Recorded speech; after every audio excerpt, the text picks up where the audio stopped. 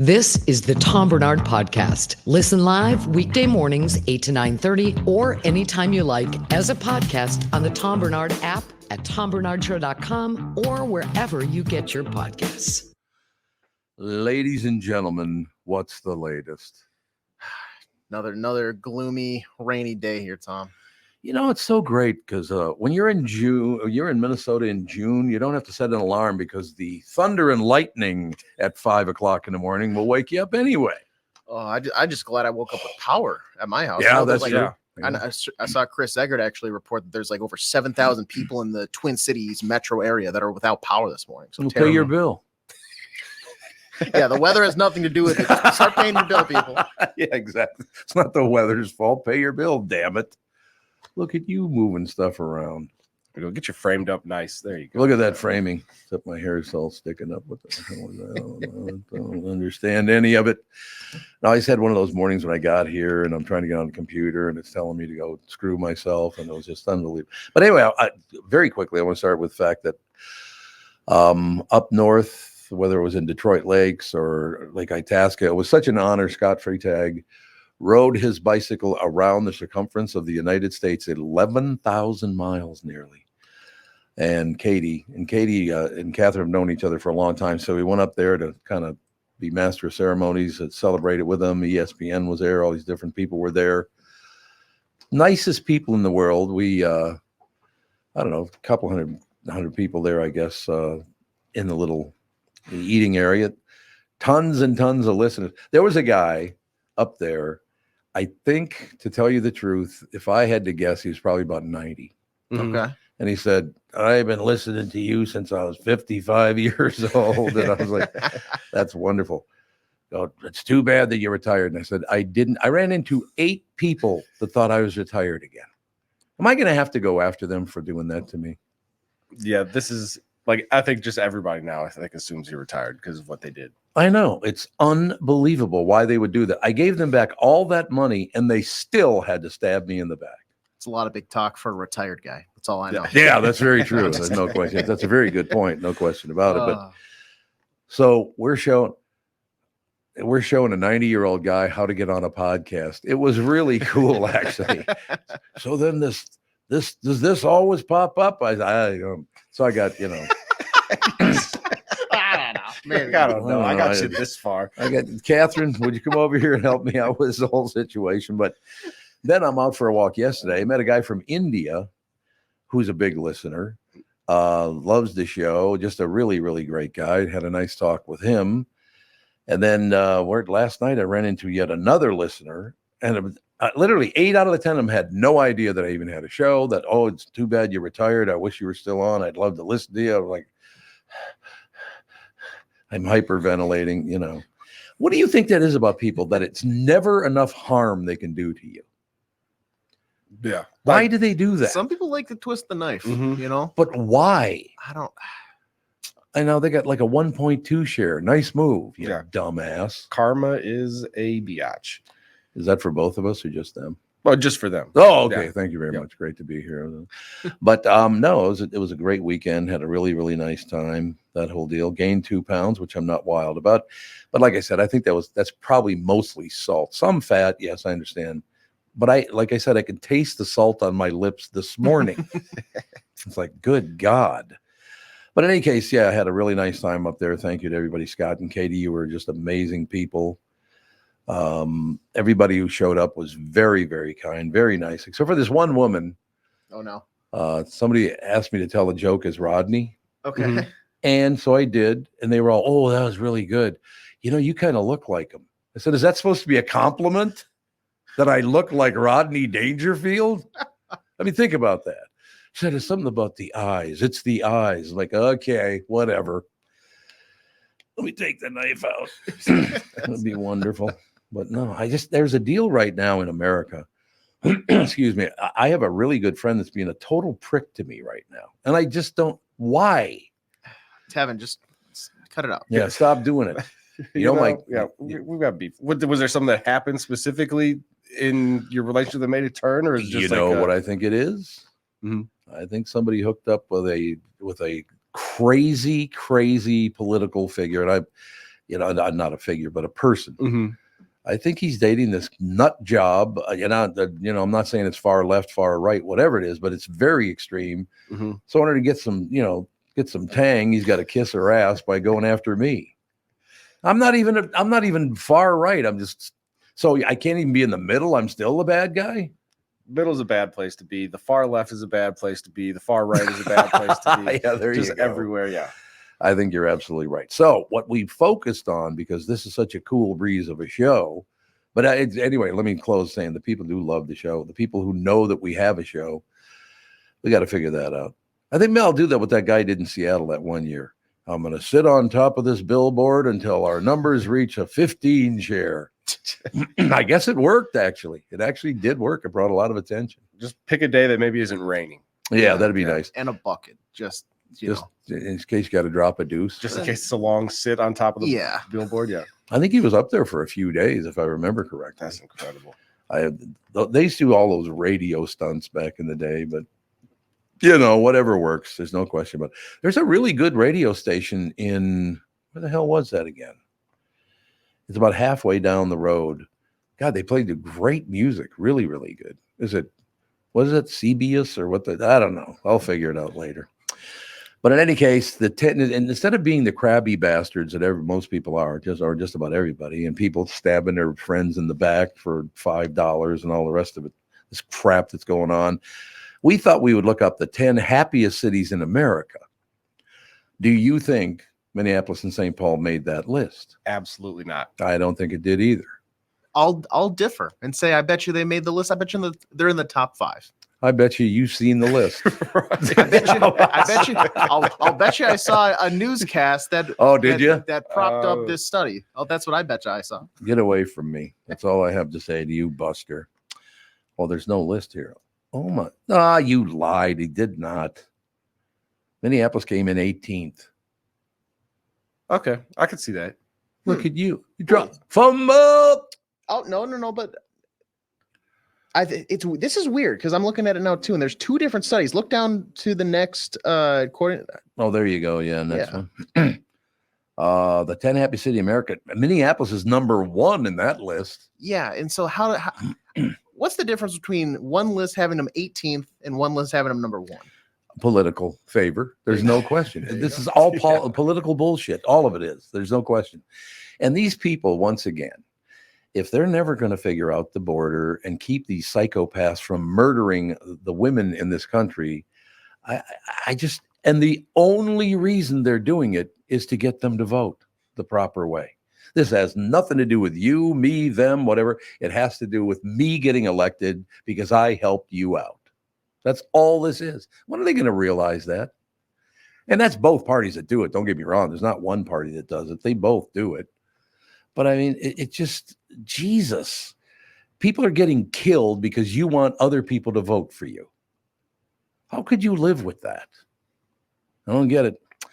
All right, so back to the cheat list for AJ here. We'll try to look ahead and try to cheat on the deal. An annual study called the Happy City Index ranks. Never mind. Ranks the happiest cities in the world based on everything from economic factors to how good the schools are. A bunch of cities in Europe topped the list last year. Denmark and Germany both have 2 cities in the top 10. Number 1 is Denmark's second largest city, Aarhus. Did you pronounce that Aarhus? I think we'll go with that. Yeah, it says Aarhus. Aarhus. I feel like Danish.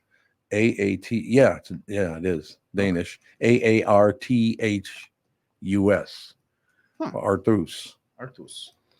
One city in the U.S. isn't too far behind. Minneapolis came in at number 18.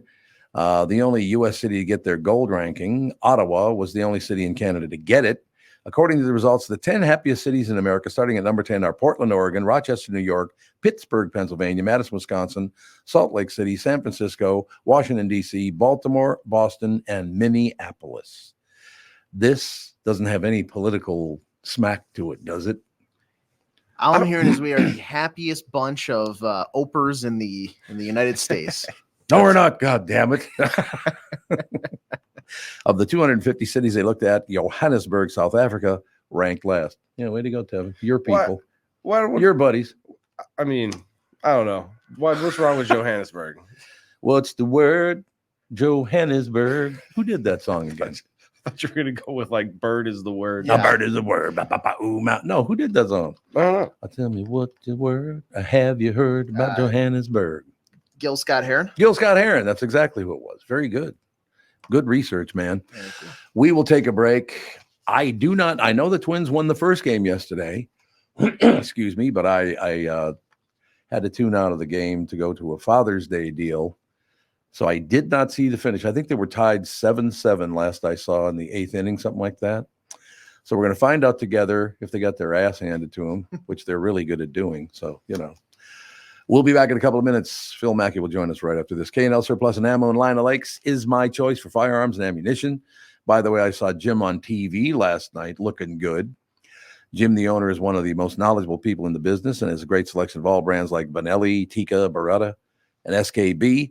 I know hunting season's a ways off, but if you're thinking about getting something new for the upcoming season, now is actually a great time to start looking. The advances in rifle and shotgun technology over the last few years is amazing. If you're using something that's more than 10 years old, you might be missing out on better performance and better results. If there's anyone that can help you get the right gun for hunting this fall, that would be TV star Jim at K&L Surplus and Ammo. K&L Surplus and Ammo is on Lake Drive in Lina Lakes and open Tuesday through Saturday. Call them at 763-757-2614. You can also visit them online at www.klgunstore.com. When you need someone to listen, a lawyer you know and trust. If you've never been in an auto accident, it's hard to know what to expect from the insurance adjuster. Here are some tips. 1, if they talk to you about whether or not you should hire a lawyer, it's a good sign that you probably should.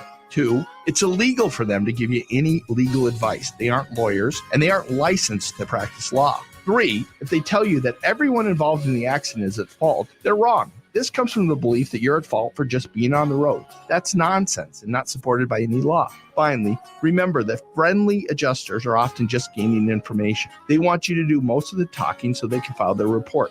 I'm Mike Bryant from Bradshaw & Bryant. I hope you're never injured in a collision. But if you are, don't sign anything until you've talked to us. Find Bradshaw & Bryant, personal injury attorneys at minnesotapersonalinjury.com.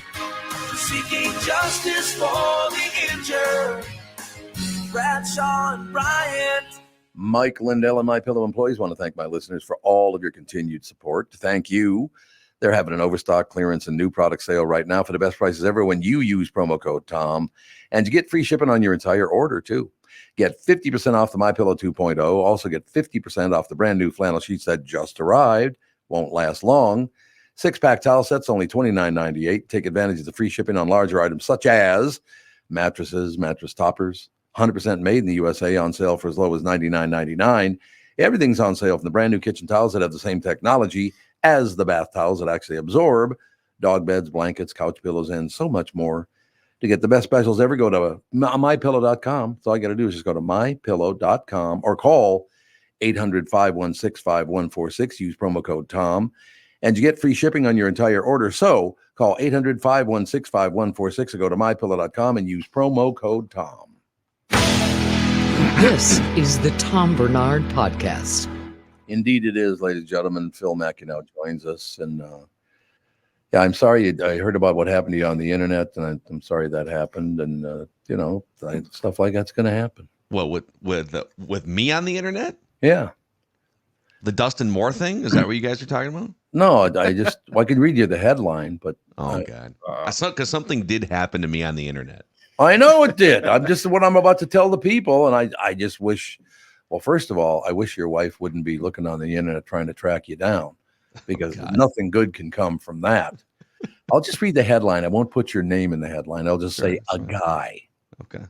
Okay. I'm just going to say a guy, but that's you, right? Okay. Okay. A guy is suing Apple after his wife found his deleted texts to hookers. Oh, yeah, I'm open about that. See, now that's why we like working with Phil and Judd, because they just go along with whatever it is you got, buddy. No, but something did happen to me on the internet. Really? This morning. So last night. Oh my God. I'm going to take you back to Friday night. And I was at the Twins game with some friends, my wife, some friends, enjoying a nice night on the town on Friday night. And when I'm at sporting events, like Vikings games, Twins, whatever. I love spotting obscure jerseys. It's always fun seeing, you see Joe Mauer jerseys. That's fine. Yeah. I want the obscure, who's like the early 2000s or 1980s obscure player, right? So I see a guy standing at one of the bars at Target Field wearing a Dustin Moore number 17 shirsey, a T-shirt jersey from this is like a Platoon Twins outfielder from 2003. Right-handed hitter. Went and played for the Rockies for a year, just like one of the most obscure players. So I walk up and I introduce myself and say, "Hey, I just love your jersey, sir. Where'd you get it?" He goes, "Oh, I'm from Wisconsin. My girlfriend found it at a thrift store, and so here I am. It's my only Twins shirt at a Twins game." I'm like, that's great. And so I put a photo out on social media saying, "Hey, I love tracking down obscure jerseys. Look at this. This is a great obscure jersey from Target Field over the weekend." And a few people brought it to my attention that if you Google Dustin Moore's name, a story from April 2024 comes up. Not that long ago, like 2 months ago. I don't know how I'm supposed to know this. From Fort Wayne, Indiana. Dustin Moore, a former Major League Baseball player, will spend 9 years in an Indiana prison after pleading guilty in March 2024 to 3 sex crimes involving a 13-year-old girl. Oh, God. Oh, God. And here I am on Twitter. Look at this obscure jersey, everyone. This is great. Always Google. So you look better with the deleted text to hookers deal. I think I do. You look a lot better in that story. That's what I thought you were going for originally. I was like, I don't know how you would have seen that. I don't think you're on Twitter, but this is a great way to open the segment. And then have they funny, ever? Tom's sense was right. He was joking that I got in trouble on the internet, but I did get in trouble on the internet. So yeah, there you go. It has to do with. I will never, ever, ever understand how, because he's got to be 50, 55 now. So the next paragraph is Moore, 47, shed tears Friday at the defense table in Allen Superior Court. He stood up and apologized to the court and to the victim and her family. Moore was the girl's softball coach when the crimes occurred. Apparently he snuck her an extra phone so that her parents couldn't track their interactions. And so has anyone ever figured out the psychology of a 47-year-old man being attracted to a 13-year-old girl? No. What is that? What would even cause that is what I don't understand. Now, they used to claim that if you did that, you were probably raped as a child yourself. Now, I don't know if that's true or not, but she's 13. Hey, you want to come over tonight? No, I can't. Tumble Leaf is on. I mean, what the hell do you have in common with a 13-year-old? It's wild. Yeah. So, I mean, if you want to read more about Dustin Moore, former Twins platoon outfielder, just go to Wayne.com, WANE.com. You should just put it, make a new jersey. Dustin More Than Just Old People. What do you think? It's more than just a baseball player. More than just a baseball player.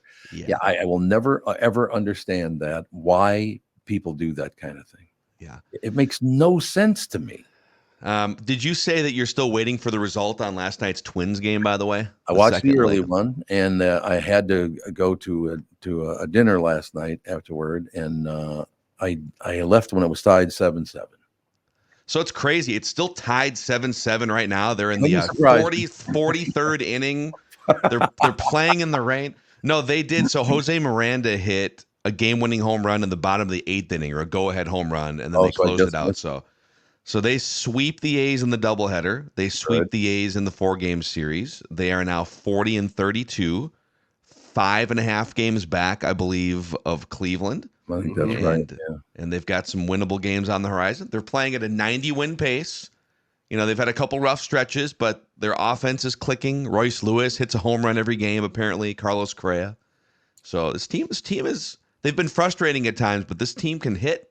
They found a couple little adjustments and sending some guys to the minor leagues, and hopefully there's no creeper platoon outfielders that are going to derail this thing. Yeah, that would be great. That would be really, really nice. No question about it. Hey, whatever happened to what was his Michael K. Smith? Was that his name? Michael K. The guy, our center fielder from last year after Buxton got hurt. Michael Taylor. Michael Taylor. Michael A. Taylor. Michael A. Taylor. Okay.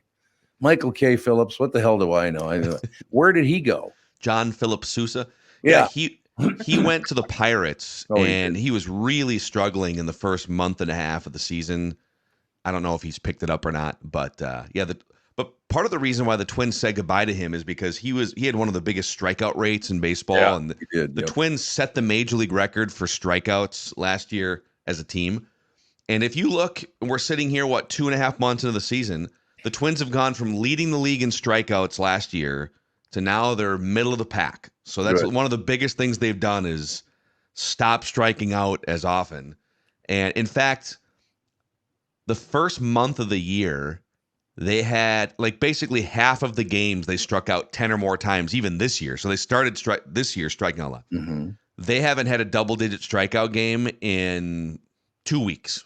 So they've cut way back on the strikeouts. Yeah. That is a wonderful story. I tell you what, one thing I really, really enjoy, you got Justin Morneau, and you got, who are the other two guys in the booth? So they rotate Glenn Perkins. Oh, that's right. Yeah. Yeah. Trevor Plouffe once in a while. Trevor Plouffe, he's in there once in a while. And then who's the lead guy again? I know who he is. I can see his face. Corey Provis, the play-by-play guy. Corey Provis. Yeah, there you go.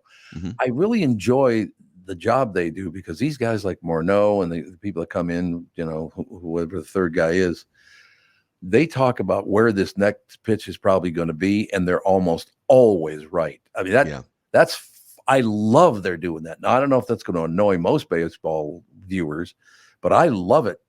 It's just because they've stood at the plate and thought, what's the next pitch? Where's it going to be? Is it going to be a changeup? Is it going to be a fastball? Is it going to be a curve? Is it going to be outside, inside, low, high? Yeah. I mean, they nail it. I love watching that. See, they should bring some crappier players in that have no idea where the next pitch is going to be. Yeah, exactly. Listen, Corey, I have no clue what's going to happen next. Let's all watch together and find out.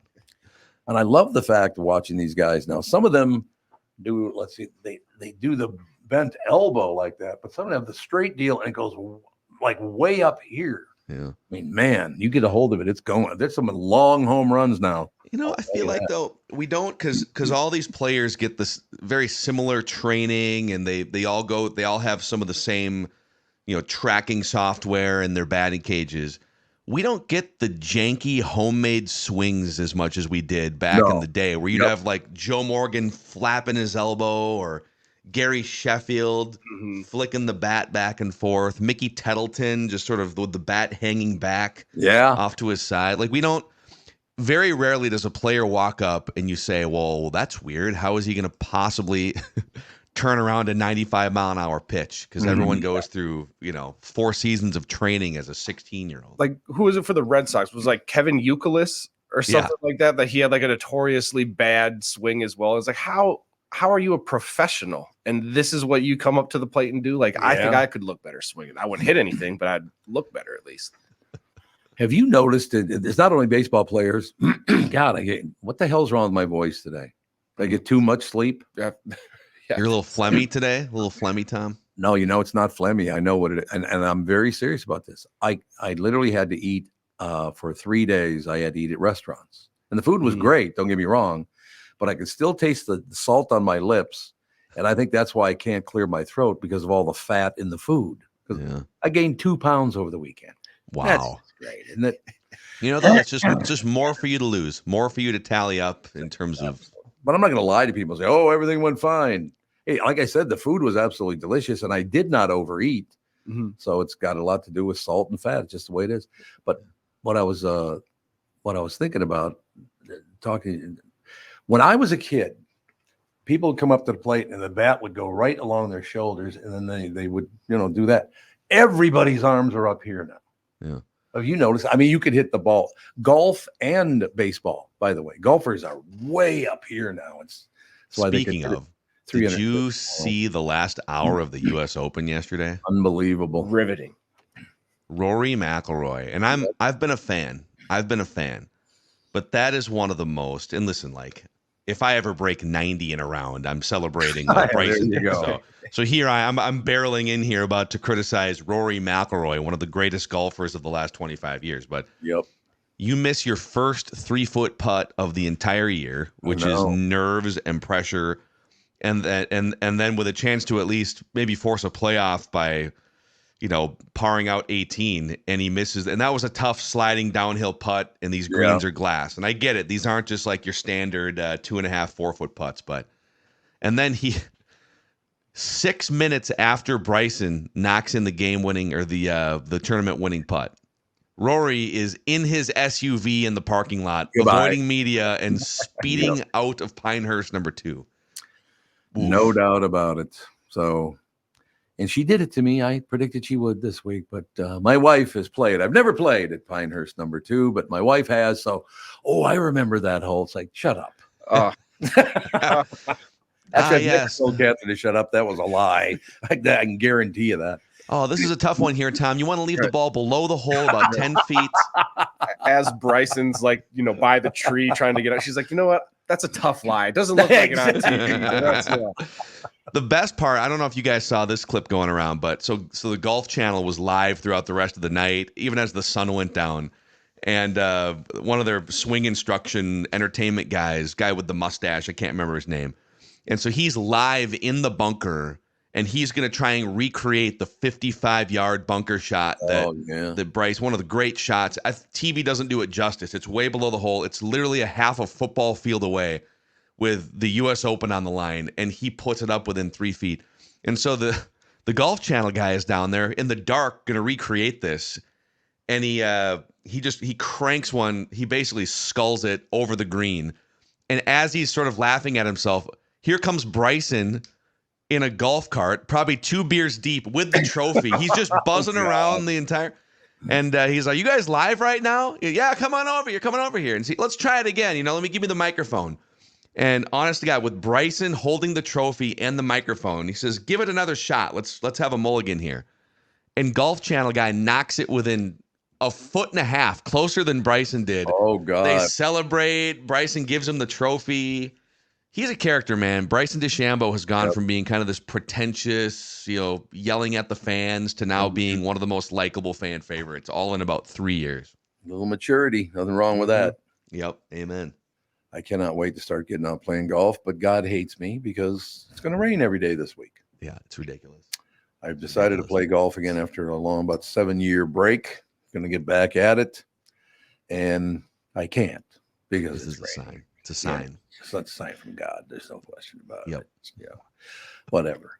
He was like, once you stick with the jacks and the tiddlywinks, Tom, let's just forget about golf. What do you jacks? We should play some jacks on the show. Let's do it. We should play jacks. I haven't seen that set of jacks, and I don't know. You guys even know what jacks are? Yeah, that's the one with like the spike-looking things. Yeah. And you have to bounce a ball and pick them up and stuff. And it's just, I never understood. Those are the exact rules too. They're just spike-looking things. You bounce a ball and then it says right in the book. Take a sip. Yeah, it says it right in the book. Well, so they win a double header. It's going to rain all week, but so that means basically we'll have 4.5 days of rain, and then you'll come on again and go, yeah, it's going to continue for another several weeks. That's great. Welcome Pretty home. much, yeah. I'll give you more updates on former Twins who've been arrested. I still, once again, there are so many beautiful, stunning women in the world. You got to go for a 13-year-old, really. That's got to be more of a power thing than anything, isn't it? Yeah. It's like the Darren Sharper thing from like 10 years ago too. It's like, dude, what are we doing here? Creepo. Honest to God, no question about it. So should I tell them what the women's yesterday? I think so. So they told me to tell a joke as Rodney Dangerfield. So I did. A bunch of people I never met. And let me tell you, when I was a kid, I'm doing that whole deal. And after the joke, everybody's laughing. And this one woman says, you kind of look like him. Oh, yeah. I'm like, is that supposed to be a compliment? I look like She goes, what's kind of your eyes? I was like, oh, God. Oh, thank you. I appreciate it. I think you should own it, Tom. I should own it. You're absolutely right. Maybe I'll just start talking like him everywhere I go. Hey, Olivia, I was on this Olivia plan. Start doing that. Doing all the commercials as Rod. Bradshaw and Bryant. Hey, yeah. You know that he's been dead like 15 years already? Yeah. Life comes at you fast, man. All right, Palomino, we will talk to you on Friday. Only about 7-8 feet of rain before then, and we'll talk to you on Friday when it's still raining. Bring your snorkels. See you guys. Thanks, Pally. Phil Mackey, ladies and gentlemen, SKOR North. We'll take a break. Be right back in a couple of minutes. Say it's time. No, I'm not going to do it. Tom Barnard for Livia Weight Control Centers. Now's the time to get a jump on summer. You could lose up to 20 pounds or more in your first 8 weeks, and that would be the Livia way. When you join Livia, you'll receive a personalized and doctor-recommended program tailored to your unique needs, goals, and lifestyle. Livia's amazing team of registered dietitians and nutritionists will guide you every step of the way. Join Livia today and get your first 8 weeks free. Now, as I said, I went out of town for a few days. Well, a couple of days, I guess. We drove up to Detroit Lakes first on Friday, met with some family. Catherine's brother lives up there. So we hung out with them, had a really nice dinner at the restaurant was phenomenal, really, really good. And then the next day we went over and watched Scott Freytag and Katie Freytag as Scott came across the finish line on an almost 11,000-mile journey. So then there was a lot of food there. And I did not eat a lot, but it's a different kind of food, because then I get home and I have not one but 2 Father's Day dinners I go to. So looking at it from a distance, I was lucky to only put on 2 pounds. Like I said, I can still taste the salt on my lips, so I know a lot of it is held in there. I mean, it'll be gone probably by tomorrow, but this is something that's going to happen. You're going to go out, and don't let that get to you. I could go, oh God, I gained 2 pounds. Well, forget it. I'm just going to not do it anymore. No. It's a couple of pounds. It'll come off. So if you put on a pound or 2 once in a while, it's not that big a deal. Don't worry about it. The brand ambassador for Livia, I really appreciated the one-on-one support that I received. This kind of thing. I'll talk to him later on today about it at Livia Center. So still looking at that, I still only have about, I guess, 12, 13, 14 pounds to go, somewhere in there. It's not a big deal at all. Join Livia today. Get your first 8 weeks free. Visit livia.com. That's LIVEA.com, or call 855-GO-LIVIA. And Livia is now offering GLP-1 medications. Quiet the food noise and see accelerated results by summer. Visit livia.com or call 855-GO-LIVIA. Start your weight loss journey now and get a jump on summer the Livia way. I've been tracking the weather in Minnesota for a long time. I'm 5 Eyewitness News Chief Meteorologist Ken Barlow. In the morning, I've got to be right, because my forecast affects your family's entire day. And in the evening, you can count on my friend, Ren. That's right, Ken. I'm 5 Eyewitness News evening meteorologist Ren Claire. And as a Minnesotan, I know our weather can be tricky. Throughout the day and into the night, I've got you covered with an accurate forecast to help keep your family safe and ready for any weather. And don't forget, no matter how things change or what time of day, you'll always get our forecast first at the start of every newscast on 5 Eyewitness News. Start your day with me, Ken Barlow. And wrap up your day with me, Ren Claire. Because 5 Eyewitness News is always tracking our weather, so you're always alerted first. It's why 5 Eyewitness News is Minnesota's weather authority. Let's take a second to talk about my bank, North American Banking Company. Look, there's no shortage of banking options in the Twin Cities. If you're tired of being just a number to your big national bank, be sure to talk to my friends at North American Banking Company. And I got to tell you, I talked to Bilski a couple of times this morning. One of my best friends, he hates when I say that, but it's true. He's a good guy. I shouldn't have probably said that, but what a good guy Mike is. Oh, they offer the same online and mobile banking options as other banks, but with the unparalleled service of a community bank. I also like being able to go to any of their 6 Twin Cities locations: Roseville, 50th in France, Hastings, Woodbury, Shoreview, and Maple Grove. So if you're looking for a better banking experience, why not bank with my friends at North American Banking Company? Go to nabankco.com to learn more. Member FDIC, equal housing lender. You're listening to the Tom Barnard Podcast.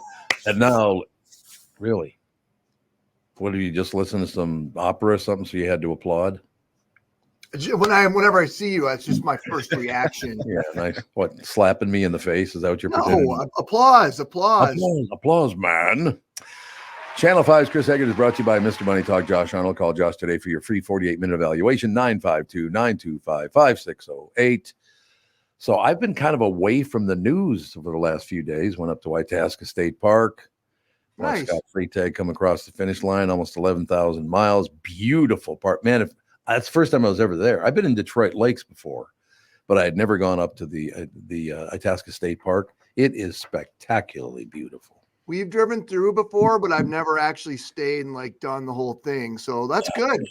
Fun. It really is. A bunch of really good people. Tons of listeners were up there. It was wonderful to see. That's cool. And viewers, I'm sure, too. Yeah. Yeah. We're on up there. Yep. That's our country.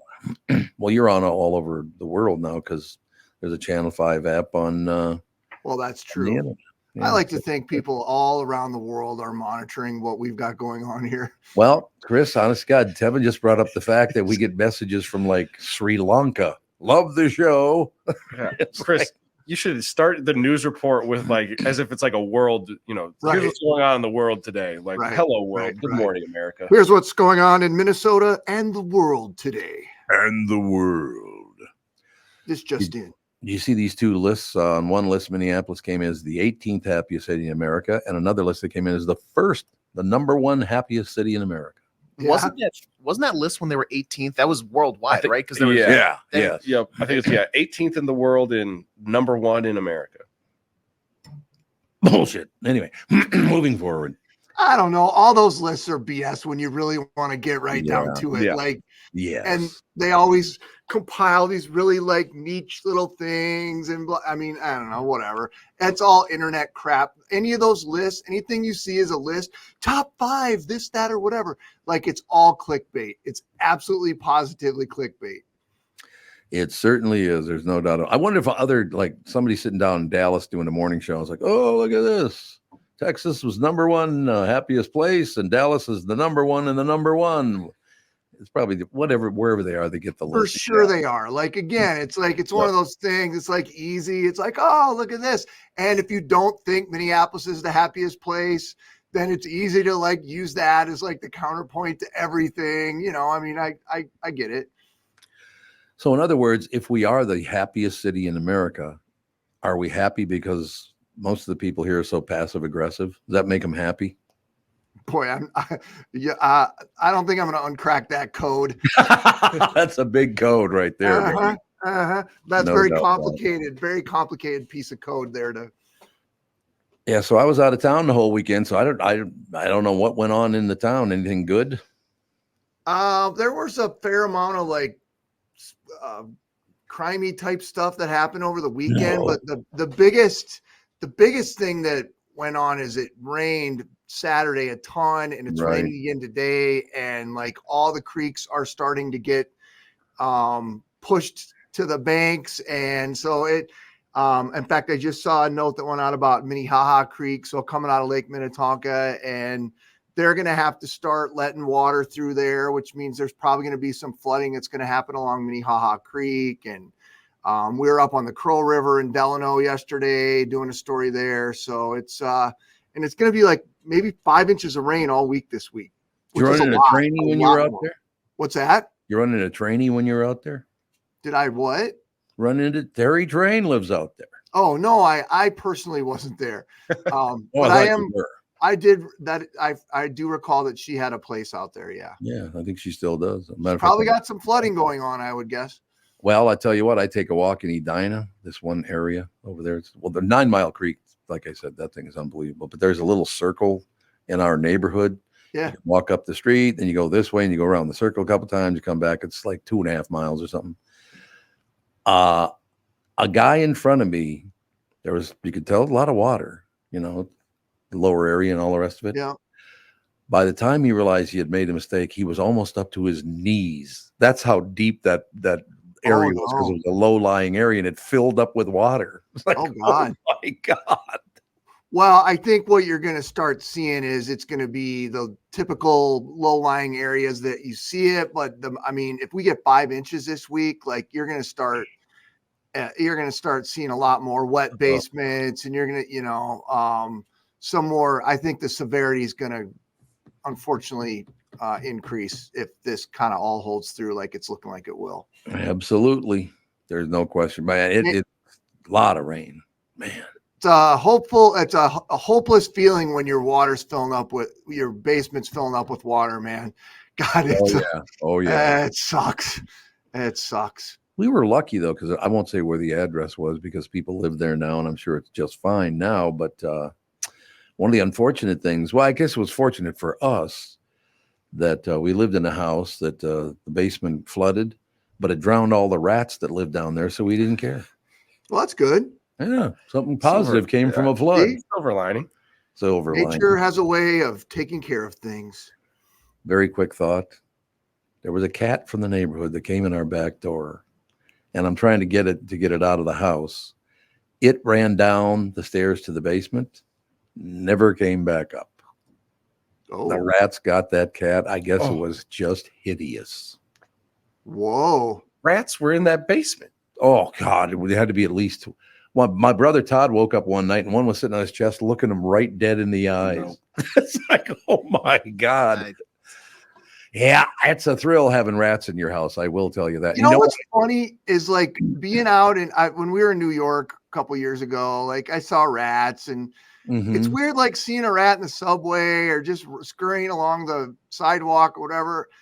When they're outside, it doesn't bother me. I don't know about you guys or mice even. Yeah. But when you see those little bastards like in your house or something. Then it's like this whole different deal. Like this tiny little mouse all of a sudden is like this horrifying creature. 10 pounds, that whole deal. Right. No, it is not a pleasant experience to live in a house with rats. And the reason it happened is because down the block, there was a house that it was just filthy. Once in a while you get these houses that people don't keep up and they're filthy and they don't clean their house and blah, blah, blah. It got to the point it was so bad that the city threw out the renters because it was a rental deal and burned it to the ground. I was going to say they just set it on fire. And the rats all went to every other house on the block. Jeez. So thanks for that. That was really some good planning you had there.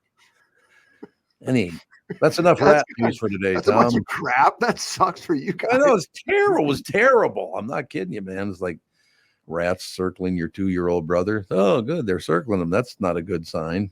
Ugh, not good at all. That's all right. But you know what's good about that? That's the kind of thing that I lean on when somebody's being a prick to me. Yep. If I have to get angry with them, I just think of that kind of thing so I can really like tear their head off. It's wonderful. Yeah. Yeah. Now listen, you harness whatever stuff that you got that stuff that gave you your medal as a human being and the crap you went through, it all adds up. No doubt about it. Any big closing story we should know about? No, I just want to let you know I'm going to be originating from Grand Forks tomorrow morning. Grand Forks? Yeah. Tell them Tommy said it. Tell the people at KNOX Radio, Tommy will say hello. I expect to see a sign on the way into town. I know you used to work there, so. KVOX in Fargo, KNOX in Grand Forks. No question. If all goes according to plan, I'll let you know if something changes. But otherwise, I should be from Grand Forks tomorrow morning, which will be very exciting. I want you to say hello to some of those multi $300-400 million people that grow crops up there. People do not realize how wealthy that city really is. Lots of money and sugar beets, my boy. Sugar beets, baby. People do not realize there's that much money up there. There's a lot of wealthy people driving pickup trucks that if you don't know, you don't know. But if you know, yeah. Yep, it's true. Well, so that's tomorrow? Yeah. And then I should be back Wednesday. Well, I'll be here tomorrow. I'll be there. I'll be reporting from Grand Forks. Grand Forks, North Dakota, where Tom never had a girlfriend. Maybe. Oh, well, that's too bad. I feel like we could have changed that, but I've seen the people there. I don't think you're missing out. Be nice. Oh man! Wow. I was a kid, I've only been there a couple times. I liked it both times I was there. AJ's comments do not reflect the feelings of Chris Egert, Tevin, or Tom. Thank you. Hubbard Broadcasting. Thank you, Tevin. Wow, AJ. Please send your emails to ajfredrickson@hpi.com. Well, he called their beauty pageant just now Win and Ugly. Did you hear him? Oh, Jesus. Wow, AJ's just coming out hot today. He really is. There's no doubt about it. Those signs in Grand Forks have changed from welcoming Chris Egert signs to just a pitchfork nation now with torches. I like it. Yeah. Stay out of town, you sons of. Chris is going to show up with a black eye tomorrow. There you go. We'll talk to you tomorrow from Grand Forks, North Dakota. It'll be lovely. It will be. Thanks, Pally. Bye-bye. Channel 5's Chris Egert, brought to you by Mr. Money Talk, Josh Arnold. Call Josh today for your free 48-minute evaluation, 952-925-5608. Another phenomenal report, didn't you think? Oh, I think so. I mean, I thought there was. He's on his A game today. I love the fact that you attack the beauty of women or the lack thereof in Grand Forks, North Dakota. It's not just the women, it's everybody. Oh, it's the men too. Okay. You're making nothing but friends over there. Really doubling down. I went to St. Cloud State. I have nothing for disdain for the city of Grand Forks, North Dakota. Because of sports? The University of North Dakota. Oh, yeah. I don't like the University of North Dakota as much as the next person. So I'm there with you. Yeah. You know, I got to be honest with you. Driving through the St. Cloud area on the way back on Saturday or Sunday or whenever it was, that town has grown a lot in the last couple of years. I mean, it's that town's doing very well, isn't it? St. Cloud. It's buzzing. Yeah, it really buzzing. is. So I always loved that town. There's no doubt about it. Although it makes me miss Pat Eberts. We drove through and it's like, oh, Pat. He drove that every day. Yeah, crazy. I don't know how he wanted. He just felt more secure with his kids up there, I guess. I don't know. But Pat, we love you and miss you, pal. It's all I know. We don't miss Bob Sansevere because he'll be on here next. Yes. Yeah, he doesn't give us an opportunity. Exactly. When you go to a restaurant, you expect the chef to be an expert. You expect your auto mechanic to be an expert when it comes to fixing your car. You judge them both by the results of their work. Josh Arnold is an expert in investments and planning your financial future. Josh Arnold is my expert, and he should be yours too. I talk to Josh every week, and he understands the market and the economy, and he knows how to plan for your retirement. Don't put it off another day. The man with your plan is Josh Arnold. Call Josh now for a no-obligation 48-minute evaluation. You've got nothing to lose, and you'll have an expert planning and managing your financial future. Call Josh at 952-925-5608. That's 952-925-5608. Investment services offered by Josh Arnold Investment Consultant, LLC Security Investment Advisor. Past performance is no guarantee of future results. All investments involve risk. All comments and opinions are Josh Arnold's and do not constitute investment advice. Tom Barnard is a paid endorser. Is that text you're sending so important that you missed your turn? Is that text you're sending so important that you ran the red light? Is that text you're sending so important you didn't see the ball coming onto the road or the child that followed? Hi, I'm Mike Bryant from Bradshaw & Bryant. When you take your eyes off the road for even 4 seconds, your vehicle travels 100 yards. That's the entire length of a football field. If you absolutely have to text, you need to pull off the road somewhere safe and do it from there. Texting and driving is against the law and can cause serious injury or even death to you and others. Now that is important. We hope you're never injured in a collision, but if you are, please contact us. Find Bradshaw & Bryant, personal injury attorneys at minnesotapersonalinjury.com. Going farther with Mike Bryant on your side, seeking justice for the injured. Bradshaw & Bryant. K&L Surplus and Ammo in Lina Lakes is my choice for firearms and ammunition. Jim, the owner, is one of the most knowledgeable people in the business and is great at getting you into the right firearm for your needs. We've talked about that before. You need the right firearm. Jim's the guy who can get it done for you. K&L Surplus and Ammo now carries Benelli shotguns that offer enhanced performance, amazing reliability for uses ranging from waterfowl hunting to skeet shooting and more. I highly encourage you to stop in, talk with Jim and the rest of the K&L Surplus crew. Between their superior knowledge of firearms, friendly customer service, overall stock, and fair pricing, I can't imagine a better location to purchase your next firearm. K&L Surplus and Ammo is on Lake Drive in Lina Lakes, open Tuesday through Saturday.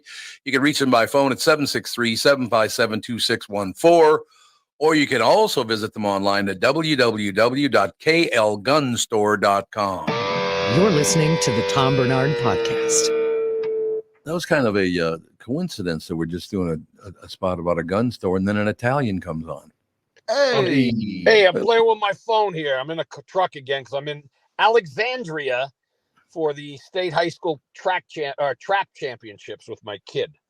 What's the name of that beautiful, beautiful lake up there in Alexandria? My uncle used to live on it. Is it Lake Alexandria? No, it's not Lake Alexandria. What the hell's wrong with you? What is the name of that lake? That's a beautiful area, Alexandria. Like, gorgeous. Who's buried in Grant's tomb? I don't know. I wish you were.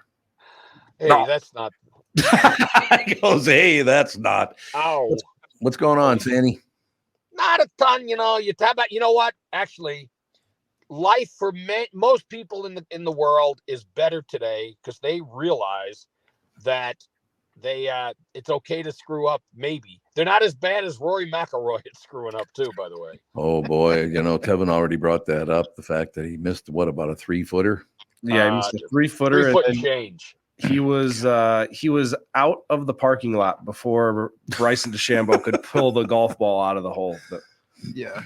But he had 2 shots he missed 2 close ones over the last 3 holes. Really? Yeah.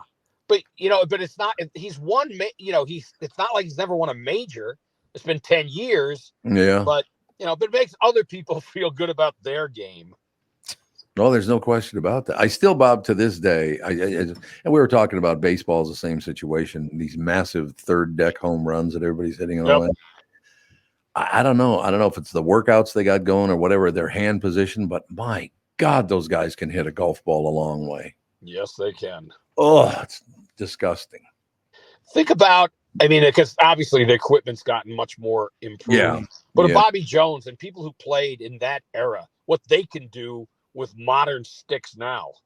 Oh, yeah. The guys that are playing with wooden golf clubs back in the day, if you give them a modern day driver, they'd probably, who knows how good they would have been. Oh, God. No question about it. No doubt about it. So it was, I was able to watch the last few minutes of that. That was really pretty good. Your Twins win a couple yesterday, which is also wonderful news.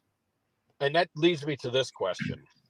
I want Tevin and AJ, and you too, Tom, if you want, rank them. Justin Jefferson, Anthony Edwards, Royce Lewis, and Kaprizov. No city has 4 great young players like Minnesota does. And Royce Lewis, the guy'd stay healthy. He's on pace for what? Almost 50 home runs in a full season had he played it or would play it.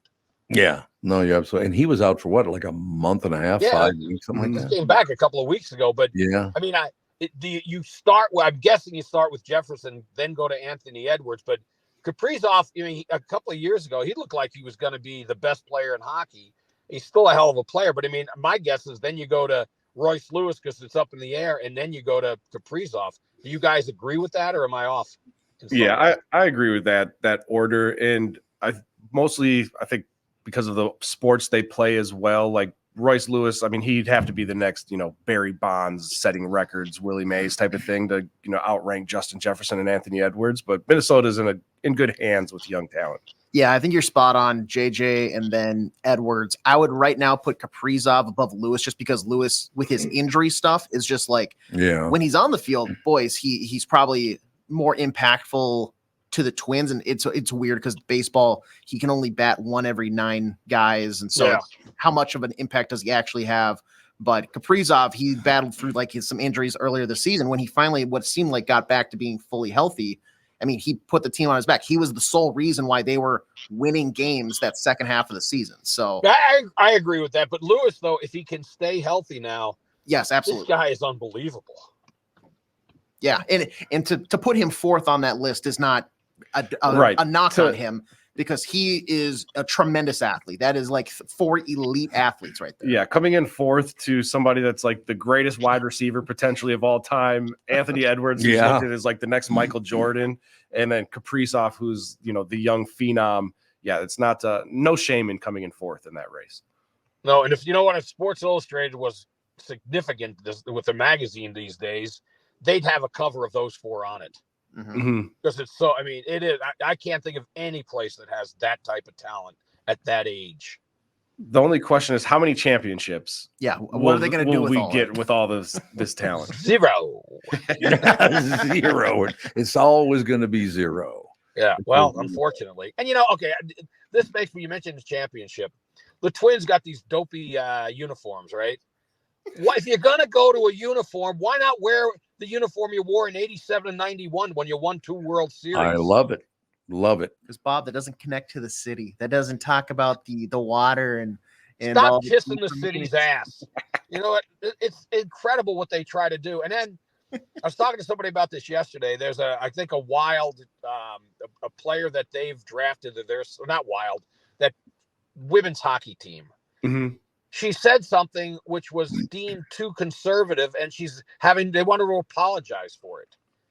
Why? You can say anything. I don't understand these. And then Caitlin Clark too. Things that they say, they're almost being forced to be. If you're not left leaning, you need to apologize for it. It's stupid. It is stupid. You got to agree with me or I hate you. And the name you're looking for is Britta Curl. She was the second selection by PWHL Minnesota in the draft the other week. Well, all right. Well, do you have the story of what I don't even know what exactly she said. I don't remember, but it was something she's been being pushed, or maybe she did apologize already, which is absurd. Might be something as horrible as God Bless America. Could be that horrible. So she was the assistant captain at Wisconsin. She's a very good hockey player. In her personal life and beliefs, she's kind of been on the anti-trans, anti-gay, which when you're in the league, it's like you're going to have these teammates that probably align a lot of their beliefs with that. And it just doesn't. Is she against it because she doesn't believe that men who are trans women should be playing hockey with women? And that's the thing. Or is it broader than that? And that's the thing. I'm not exactly sure. I believe it's more of a potentially religious thing, but don't hold me to that.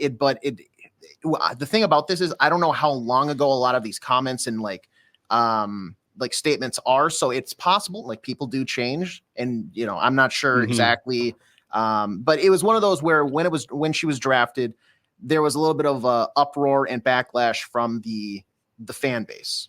You know what though? Honestly, I mean, my feeling has been on this, and Tom, you have said this too. I don't really care what you do or what your beliefs are, how you want to be identified.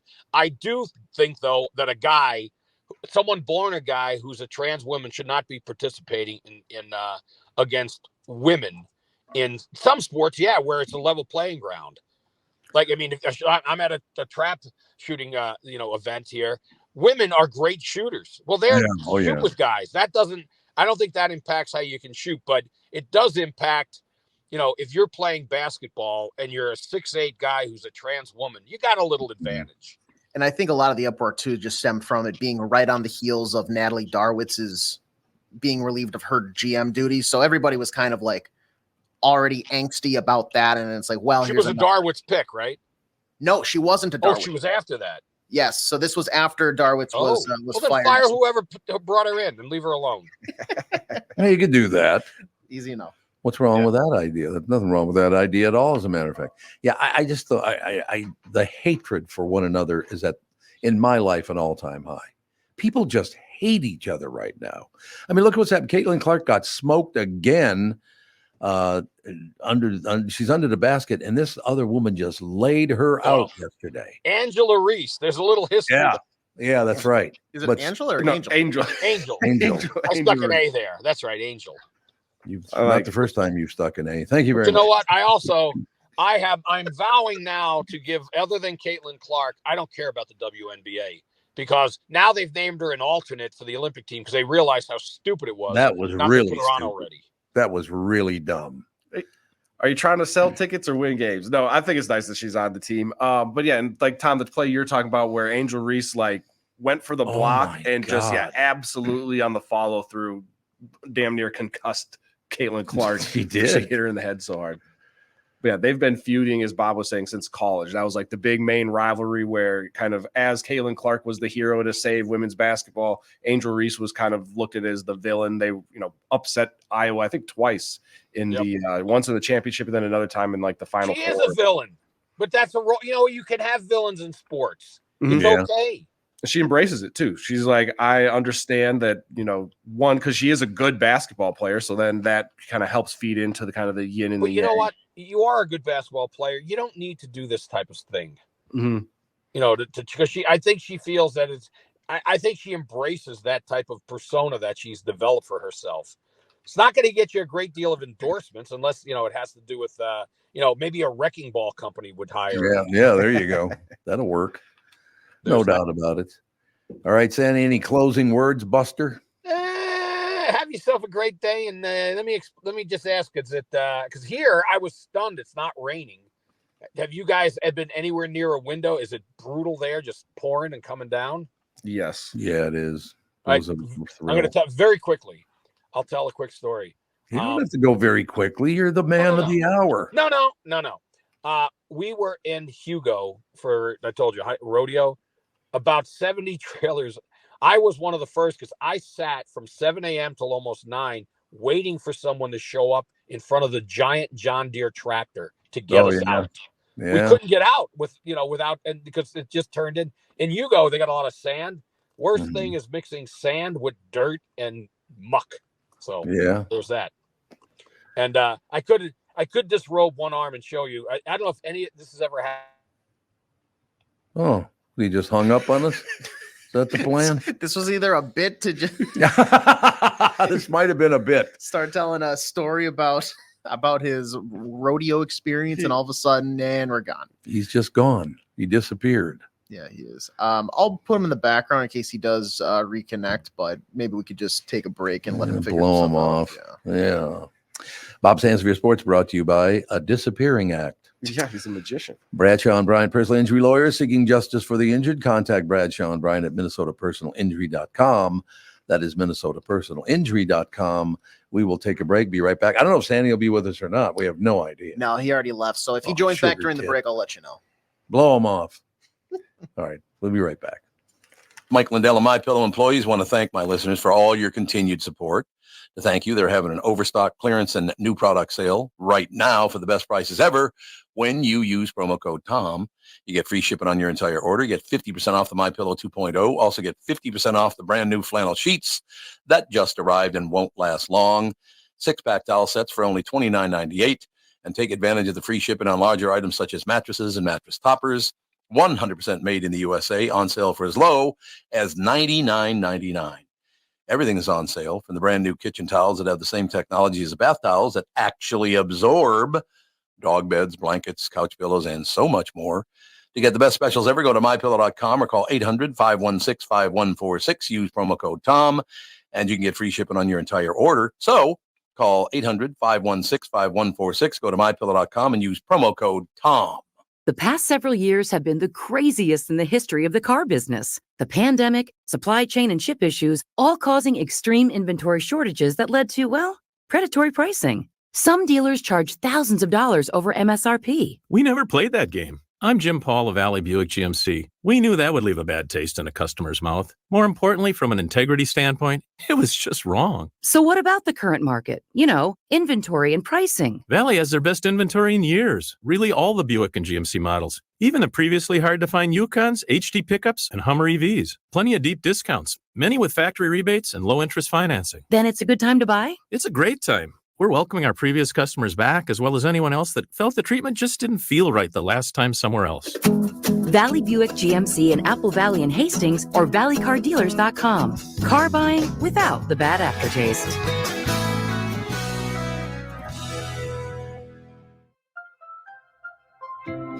I'm here talking with my friends Michael Bilski and Brad Huckle of North American Banking Company. Guys, it seems like banking has changed quite a bit since you first opened your doors in 1998.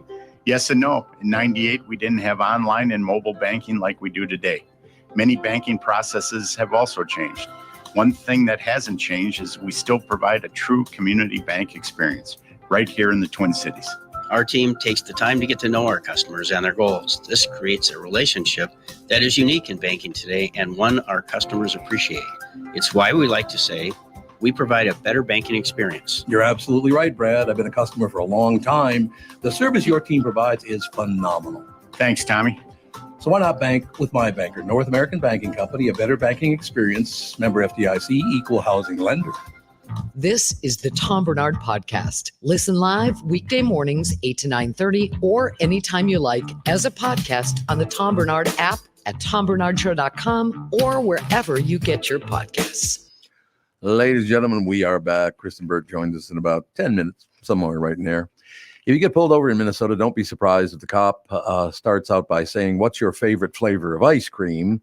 Officers in Minnesota needed a new icebreaker because there's a new law that bans them from asking, "Do you know why I pulled you over?" Okay, why? Why can't you just say, you know why I pulled you over? Because whoever initiated this ban just wasted all of our taxpayer money by implementing. Like, what do you want them to say? Like, let's get this over with as quickly as possible. How about a asshole? Right. That'd be better, wouldn't it? Can I take your order? Like something like Yeah, that. there you go. There are two main reasons the state doesn't want people making spontaneous confessions, especially in cases where law enforcement may be fishing for one. Okay, I have a question for you. Why are we favoring with bail, no bail release, with this, with that? Why are we kissing the ass of criminals in this state? I thought the way that I'm taking that is more of, do you know why I pulled you over? Maybe they pulled you over for speeding, right? Yeah. Right. And you say, oh, it must have been because, sorry, I wasn't wearing my seatbelt. And now instead of just that, now you also are getting a ticket for not wearing a seatbelt either. You should, because you broke the law. But also, just be smart and be like, no, I'm not quite sure, officer. Why did you pull me over? Exactly. And we move on. Do you know why I pulled you over? Is it because I have 3 pounds of cocaine in the back seat? Like, yeah, that's why. Is it the dead body in the trunk? Is that why?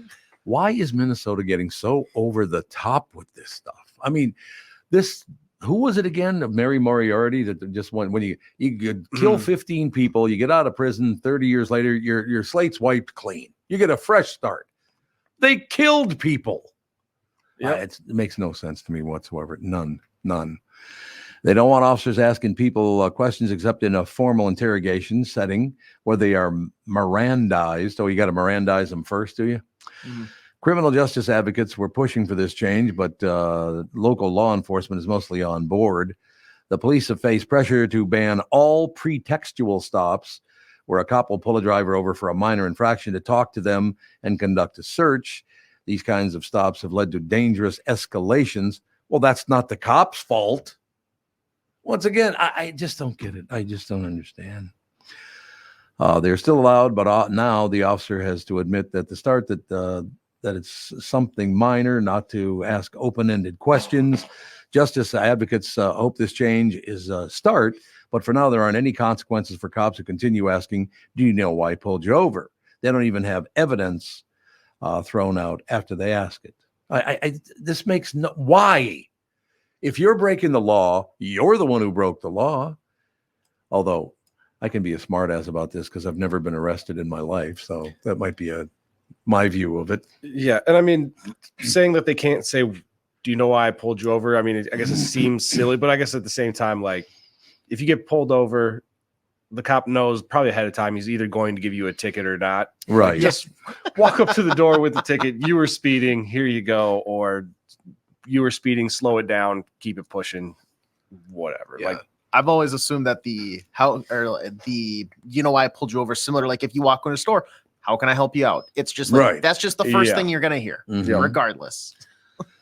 I really don't understand why we're wasting our time on things like this when really serious things are out there, but we don't pay attention to those. That's okay. I think that's the bigger thing here, and you're spot on. It's like similar to what Tevin said, wasting taxpayer dollars on, like, there's other stuff to focus on. Not a simple question by an officer at a traffic stop, but like there's people on the streets. There's, school shootings are still a thing. Like, let's figure out something that actually matters, not a question at a traffic stop. Yeah. And I'm sure that things like this are much easier to get past because you get half the people who are like, I don't care what they say. Yeah. Yeah, sure. Tell them not to say this.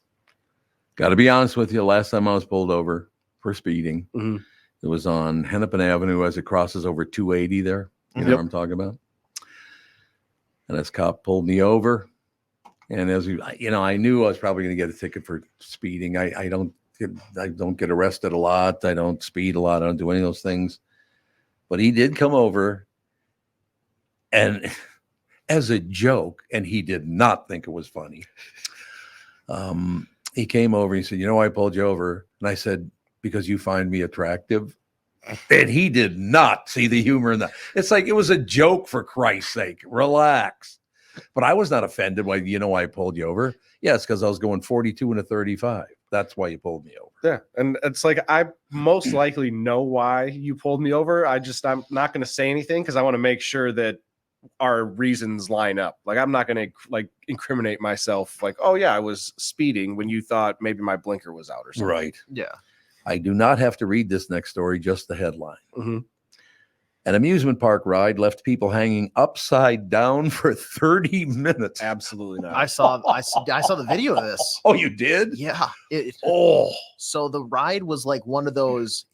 Imagine a pole that has a bunch of seats in a circle, right? Mhm. Almost like the ones like the power drop at Valley Oh, Fair. yeah, Whatever. yeah. You're just sitting there and it spins around and you kind of whip around and stuff, but it just got pretty much straight up in the air. So you are directly upside down and it just stopped.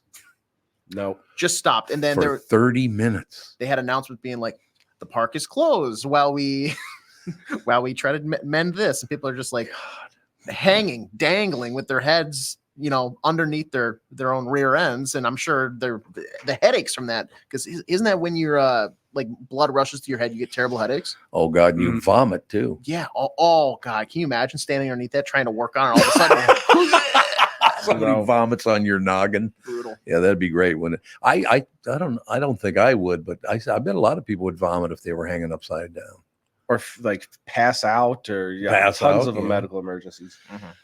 All right, I'm going to read this, and then we have to guess what it is because I haven't clicked on the story yet. Okay. What occupation is the most attractive if salary doesn't matter? How define attractive? Mailman. Mailman. It's attractive. Well, most people would like the job, I guess. Attracted Okay. to Yeah. the job. I guess. I was going to say The sexiest job. Yeah, I was going to say sexy's like stripper. Like, Oh yeah, I'm gonna say like delivering mail. So you're okay. You're talking about the mailman, mail women. What do you got? Anything, AJ? a movie critic. That's true because they don't even work. Yeah, Lammers. Yeah. Lammers just comes on and goes blah, blah, blah. And then he puts his hand out and he gets the dough and he's done. It's magnificent. Okay, I'm clicking on it right now. Ladies and gentlemen, people on social media are talking about the most attractive occupations, assuming the salary wasn't a consideration. The most liked response was the T-shirt cannon guy. Oh, yes. Listen to you. You want to shoot it at people, don't you? Oh, absolutely. We're shooting T-shirts at everybody. Do they still do that at the Twins games? Yeah. Yeah, They like used to. pretty much any sporting event. That's a staple. Yeah. Oh, it's a staple now. Okay. The most liked response was the T-shirt cannon guy at sporting events, which begs the question, is this most attractive for potential significant others or just most attractive for you to do? People seem to use both definitions. Some other highlights from the story. Okay. Well, they got 85 of them here, for God. Why'd you do the 15, I suppose? I'm not going to talk about any of them, but 15's pizza delivery, number 14's librarian, 13 teacher, 12 paleontologist, freelance software engineer at number 11, writer number 10, artist number 9, baker number 8, working at an animal rescue sanctuary. Yeah, I could see that'd be a pretty good job to have. Then we got working at a comic shop. They still have comic shops? They do. Oh, yeah. Somebody told me you can get a lot of dough for your vinyl now. Yes. The music, you get a lot of dough Yes, for you it. can. Vinyl's making a big comeback. Because I gave my kids a gift. They each got half of a Beatles catalog that was manufactured in Japan. Mm-hmm. And it was one of the very first, I don't know what the hell technology they use, but it's amazing sounding. You know how stupid I am? For some reason, you said they each got half. I thought you just snapped them in half. Yeah, straight here. I didn't figure there's like 4 and they each got 2, you know? Indeed. Then we got forest ranger. That wouldn't be bad, sitting up in a tree, sleeping all the time. Yeah, I mean, you're out in nature, kind of just hanging out. I think it'd be great. Mm-hmm. And the number one job, traveling food critic. Yeah. Oh, gosh. Yeah. Yep. Nailed I could it. see that. That's kind of what I was this weekend when I gained 2 pounds because I had to eat out 3 days in a row for all of it. And I come home and I go, oh, finally I'm back home. Yeah, we got 2 Father's Day dinners to go to. So good luck to you, pal. We'll take a break. Be right back. Kristen Burt will join us right after this. When you go to a restaurant, you expect the chef to be an expert. You expect your auto mechanic to be an expert when it comes to fixing your car. You judge them both by the results of their work. Josh Arnold is an expert in investments and planning your financial future. Josh Arnold is my expert, and he should be yours too. I talk to Josh every week, and he understands the market and the economy, and he knows how to plan for your retirement Don't put it off another day. The man with your plan is Josh Arnold. Call Josh now for a no-obligation 48-minute evaluation. You've got nothing to lose, and you'll have an expert planning and managing your financial future. Call Josh at 952-925-5608. That's 952-925-5608. Investment services offered by Josh Arnold Investment Consultant, LLC Security Investment Advisor. Past performance is no guarantee of future results. All investments involve risk. All comments and opinions are Josh Arnold's and do not constitute investment advice. Tom Barnard is a paid endorser. I've been tracking the weather in Minnesota for a long time. I'm 5 Eyewitness News Chief Meteorologist Ken Barlow. In the morning, I've got to be right because my forecast affects your family's entire day. And in the evening, you can count on my friend, Ren. That's right, Ken. I'm 5 Eyewitness News evening meteorologist Ren Claire. And as a Minnesotan, I know our weather can be tricky. Throughout the day and into the night, I've got you covered with an accurate forecast to help keep your family safe and ready for any weather. And don't forget, no matter how things change or what time of day, you'll always get our forecast first at the start of every newscast on 5 Eyewitness News. Start your day with me, Ken Barlow. And wrap up your day with me, Ren Claire. Because 5 Eyewitness News is always tracking our weather, so you're always alerted first. It's why 5 Eyewitness News is Minnesota's weather authority. I hosted my show on the radio for 40 years. Now I host the Tom Barnard podcast, and I'll tell you, I've never seen the passion and engagement from our audience as I do now. I know we also have businesses that listen to our podcast, and it got me thinking, wouldn't it be great to help those businesses grow by telling my listeners about them? So here's the deal. If you own or handle marketing for a business, would like to have my audience buy your product or service, visit TomBarnardShow.com, keyword partner, and we'll put together an ad campaign to help your business. That's TomBarnardShow.com, keyword partner, and thank you for listening. This is the Tom Barnard Podcast. My mic, oh, there we go. I've been stuck in this chair for the whole day. Kristen, I got to tell you this. We're in a building where the men's room is about a city block from this. You got 3 minutes to go down and, drain the main vein, as they used to say. Yep. 3 minutes is what you got. And I literally made it right at, 2 minutes and 59 seconds? Yeah. Mm-hmm. Man, unbelievable. Kristen Bird Entertainment News brought to you by North American Banking Company. Go to nabanco.com to learn more. Member FDIC, equal housing lender. So, Kristen, what are you doing? What am I doing? Enjoying my Monday morning. It's been a busy Monday morning already. You guys ready for the hot news of the day? Well, is it the hot? Oh, we should tell you up front so I don't forget. Oh, do it. Yes. We're going to be off the week before the 4th of July. 1 through 5. 1 through 5, yeah. 1 through 5. Okay. So just don't show up and go, where are you guys? Where is everybody? I'll send you a reminder ahead of that week, though. Ooh, okay, me? great.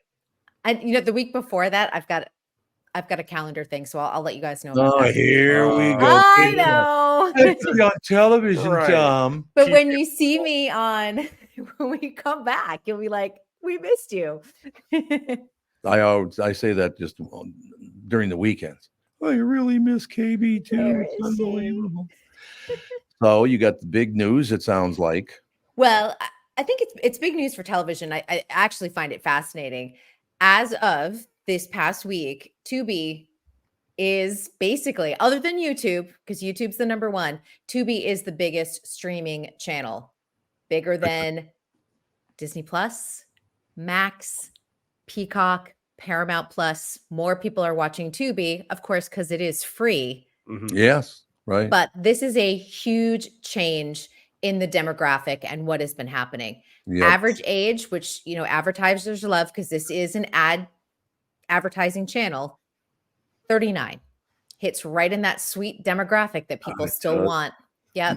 And when you look at something like CBS and Fox, Fox, the average viewer, and we're talking about Fox, the network, not Fox News, 57.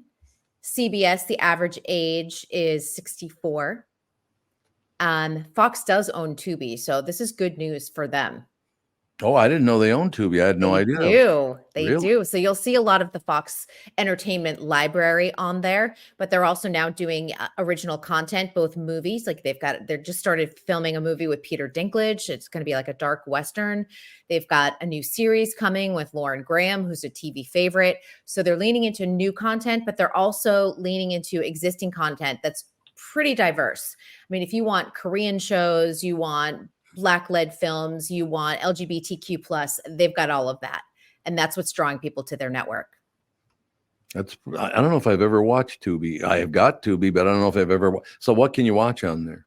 Literally anything. So, I mean, if you want to go and watch an old Price is Right, they've got that. You want to go and watch a Love Boat, they've got that.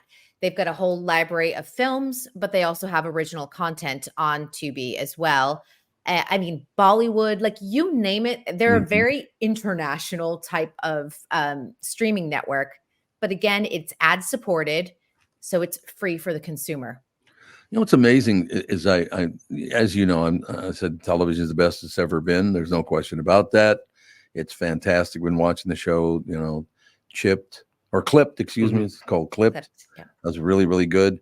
But I'm sitting around last night and I'm just, we just got back home yesterday and Catherine's doing this, that, and the other thing. And I sat down and I'm just scrolling through some stuff. I ended up watching the very first episode of Coach from like 30 years ago or whatever that was. It might have been longer than that. It might have been 40 years ago. To go back and compare humor then to comparing humor now, I find that fascinating. I love doing that. Watching those very old shows. It was a great show. That was a great show. And you would like Tubi then because they have a ton of old shows. That's like where I watched the Dick Van Dyke Show. Gilligan's Island is on there. There's a ton of old stuff on Tubi. Yeah, and you do see the difference in humor. I have mentioned this before, but like Love Boat, my husband and I during the pandemic just went on a Love Boat binge watch, and just the sexist humor. Like as a female listening to this, I'm like, any guy that would say that to a female now would get slapped across the face. But that was the humor of the time. Yeah. You could make those sexist jokes. You could make the blonde jokes or the cooking jokes, things that you just really wouldn't be that funny right now. You'd be like, really? That's so stupid. But it was the 70s, and that's what people were leaning into. And if you really want to do a deep dive on sort of the history of comedy, the evolution of comedy, Tubi's a great place to do it. I know I have it, but and maybe I have watched it. I don't know. I don't pay a lot of attention to any of that stuff. I do have to ask you a question, but don't tell Catherine I asked you this question, okay? We're on we watched episode 3 of season 4 of Succession. I won't say who it is, but did they really die? Because I got the suspicion they didn't. You know who I'm talking about? I don't want to say on the air who it is. Well, I don't want to spoil it for you. You've already spoiled my life. You've ruined my life. I spoiled your life. How have I ruined your life? How have I ruined your life? Tell me the ways. You might have a point there, but I just, for some reason, I am very suspicious that he actually croaked. So that's all I'll say. Won't say who I'm talking about. Don't ruin it for yourself. Go and enjoy the show. Don't tell me what to do. I'm going to tell you what to do. You and Catherine, KB1, KB2. I'm like, let me tell you. It's all watch true. It. Yeah, wait to watch it with your wife. Speaking of my wife, by the way, she gave me this nicest Father's Day card I have ever seen. It was very, very sweet. She's such a wonderful. How did I ever get that lucky is what I'd like to know. You must have done something right. Maybe. I'm not sure about that even though.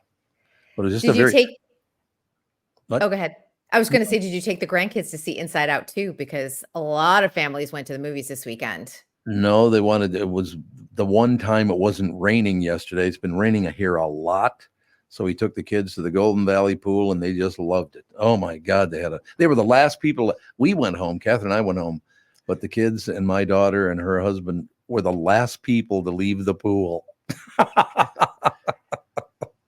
That's a chlorine-drenched kid. Yeah, you got that right. There's no doubt about that. But yeah, those family days are very, very special to us. No doubt about it. Love it. Well, you should take them to the movies this week.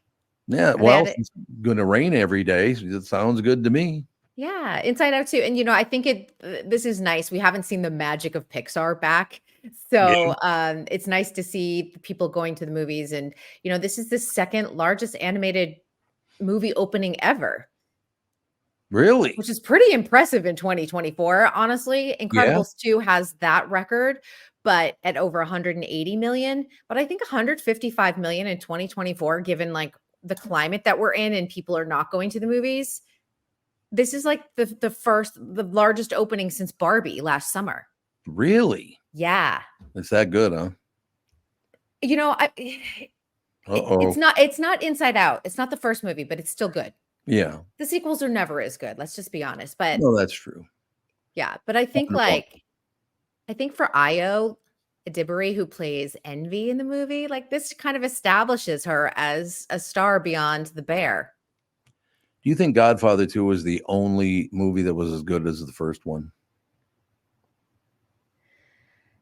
I mean, I feel like in the Godfather trilogy, I feel like they always look to the second one as the best one. Oh, do they really? Yeah, I thought the second one was the best one, and then the first, and then the third, of course. I mean, I thought they were terrific. Well, the third was okay. That one was not that great. I got to be honest with you. I think Lord of the Rings is one of the only like trilogies where it gets better as it goes on. Oh, okay. Like Yeah, the third one I think is the best of the three. So. And I think the Star Wars trilogy, if you go to the original three, which I know are 4, 5, and 6, but they always usually say Empire Strikes Back is better than Star Wars, but Return of the Jedi is last in that series. So who knows? I suppose it's all personal taste. It all works out in the end. Yeah, that's true. But at least there's a movie that people are actually enjoying for once. And that you can get the whole family to the movies, even though it's probably like $150 for a family of 4 to go. That's still fun. I know. It used to be like cheap family fun, and now you're like, good luck. It's $20 for your 4-year-old to go see a movie that they'll half watch. It's true. No doubt. Anything else happening? Since we've been on the whole cult situation, this one is actually this one I'm kind of curious about, because do you guys know Jonestown, Tevin and AJ? I know Tom will know it. Oh God, yes. No. Yeah, I mean, you want like the original cult. Jonestown was probably it. Is Jonestown a place, or is like an encampment, or what? I guess I would call it an encampment, right? Mm-hmm. Okay. Yeah. Okay, so let me just start off. Hulu has a series about Jonestown. It's called Cult Massacre: One Day in Jonestown. Documentary premiere is today. And this is a whole series of families that went down to, I want to say, Central America. And you want to know the drinking of the Kool-Aid? They say where that phrase came from. It came from Jonestown, because these people drank Kool-Aid and committed suicide. Yep. This is the Jim Jones one. Okay. Jim Jones. Okay. Yeah. So we have Hulu's take on this. I think, Hulu and Max have a tendency to do a better research documentary than some of the ones that they slap on quickly on Netflix. So I'm going to go and take a look at this one just to see. I've seen plenty. There's been plenty of documentaries on Jonestown, but I think just because we've been leaning into our cult era, this might be another one fun to explore. The cult era. It is. I mean, but I feel like we've talked about Dancing with the Devil and Twin Flames. We've talked about so many of them. And do you understand why anyone would even want to belong to a cult? Why do you want to do that? You don't, because you don't go seeking a cult. You go seeking guidance, help. People are searching for something. And I think especially a lot of people got sucked in during a pandemic when the world was chaotic. Yeah. So when you're seeking something, and if you sort of latch on to the wrong people, all of a sudden you're in a cult and you didn't even realize it. Yeah. There was a karate cult in Minnesota back in the day where I met a guy that was in it, and he was like, yeah, I signed up for karate classes. And he was like, as you progressed through the belt system, he was like, all of a sudden things started not feeling right. And he realized that he was like, the guy started saying that he was like Jesus and could walk on water and stuff. Like that. And he was like, yep, time for me to go. Yeah. Yoga has had it. Dance has had it. Karate, obviously. There's been so many different types of acting classes. There's been like cults around acting teachers, because it's someone who all of a sudden becomes drunk on the power that they hold over people. And all of a sudden you create this tight group, And you may not think it's a cult, but then all of a sudden you want to get in because you're like, oh, well, this acting teacher can land me here. Scientology used to woo a lot of actors because they would offer acting classes with some of their top names who were, hey, like this person from The Simpsons is on, is a part of Scientology, but they're teaching a free acting class. You start bringing people in for things that might seduce them. And before you know it, you're like, wait a minute. And if you don't have your wherewithal, like your friend did, Tevin, to say, this feels weird. MLMs, multi-level marketing, a lot of people view that as a cult because of the raw atmosphere. Giovanni Ribisi, he was involved in a cult, wasn't he? Scientology. He's still involved in Scientology. Oh, he still is? Yeah. I really like him. What the hell does he need that for? It's hard because a lot of people were brought in as kids, so their parents were members. They don't know anything different. So that can be an issue. It's like me in Catholicism because of my mother. Is that what you're saying? I got to be honest with you, and I'm very serious. I was in third grade because you do, the baptism, then you do confession, then you do first communion in Catholicism. I was in third grade, and I do remember when the priest came in, I got yelled at because I said, that makes no sense. He did not appreciate me saying that makes no sense. I will tell. It never did. All these traditions all religion in a way is kind of cultish, isn't it? I got nothing against religion. Don't get me wrong. You want to be Catholic or Lutheran or whatever, good for you. But let me say, they're kind of all kind of cultish in a way, aren't they? I think some people definitely view it as that, where other people, like I have other friends that go to church regularly, and it gives them great joy. It gives them great comfort in their lives. But yeah, I think definitely some people would question, like, should I really be giving 10% of my income to the church? Right. As someone who grew up Catholic as well, a lot of that, if you're tithing and you're giving 10% of your income, you think, well, how much of that went around to passing around priests from West Coast to East Coast to the Vatican City when there was a child sexual abuse case? How much of that went to legal fees? That's something that wouldn't sit well with me if I were still a member of the Catholic Church. Yeah, I was going to mention this, but now that you brought it up, I will say that, one of the reasons I left the Catholic Church is I found out Kristen was Catholic, so I said, I'm out. Then just let anybody in. Let anybody in. They're letting anybody into the Catholic Church, but so a lot of great stuff. Like I said, I'm going to still watch and keep watching. There is so much great stuff, but it's kind of a coincidence because I didn't know you were going to talk about that today. And I happened to watch the very first episode of Coach last night just for something to do. That show was funny as hell. And it's a great way to explore old shows. Like that's the other thing. I think when we were talking about Dick Van Dyke last week, because Tevin was about to say, well, that was before my, and I'm like, nope. We don't have that excuse. We cannot say that is before my time because the library is there and available to us. You can just say, I haven't had the opportunity to watch, but I'm trying to tell everyone I can't use it. AJ, Tevin, we can't use it saying that was before my time because it's there on the internet for us to watch. And you watched it. So there you go. We can close with this. Is there one choice for most people on the best sitcom of all time? Because I couldn't do that. There's so many wonderful, All in the Family was one thing. Coach was another. You get on the list. Dick Van Dyke Show was phenomenal. The Lucy Show invented it all. She started it all. I feel like I Love Lucy would probably be, me, the tops because not only comedian wise, hilarious. However, behind the scenes too, that created the multi-camera sitcom. We wouldn't have that without them. So I think I would always put that at the number one spot. But you look at over even like the last 30 years, people just keep getting drawn back to their comfort shows, whether it's Friends or Seinfeld or The Office.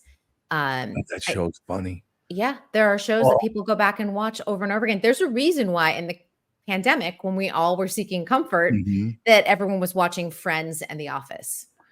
There's no doubt those special edition Office shows. Have you ever watched the special editions? On Peacock. Oh, God, they're funny.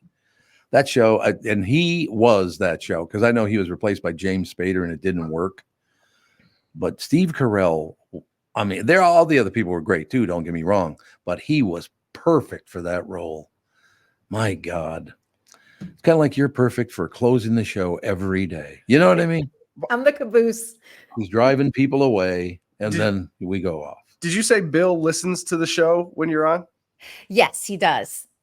Okay, so I was just trying to figure out maybe there's a little bias in your I Love Lucy is the greatest sitcom of all time. I was like, maybe there's a little bias there. There could be. Pandering to the audience. The things that bring in income into our household. There you go. Yeah, right, exactly. But I don't think. I mean, I think that there's other shows that are up there that would be debatable, but I think I would win that debate in the end. Probably, yeah. Because in front of the camera and behind the camera, I think it just set a precedent. AJ, do you have one last question? Yeah, I was going to say, did he end up, since we're mentioning Bill, did he end up taking you out to dinner? No. Oh, my no. God. Shame. Slacking. Unbelievable. No, how dare he? Now we get to shame him on the show. I love that. And now he's going to be like, let me get you a lobster roll. It's my Don't favorite even bring thing. that up. Lobster rolls. Oh my God. those I'm things. a fan of the Connecticut roll, which is drowned in butter. Everything's just drowned in butter and it's delicious. A little bit, squeeze a lemon and you're good to go. I know I go in Minnesota, the closest you can get is like a can of tuna. Not with mayonnaise. Not with the mayonnaise. No mayonnaise, though. No mayonnaise. I don't eat tuna in a can either. No. Oh God, it's bad. I like the other tuna, the regular stuff. Oh, I like nice tuna steak or sushi. Yep. Delicious. Yep.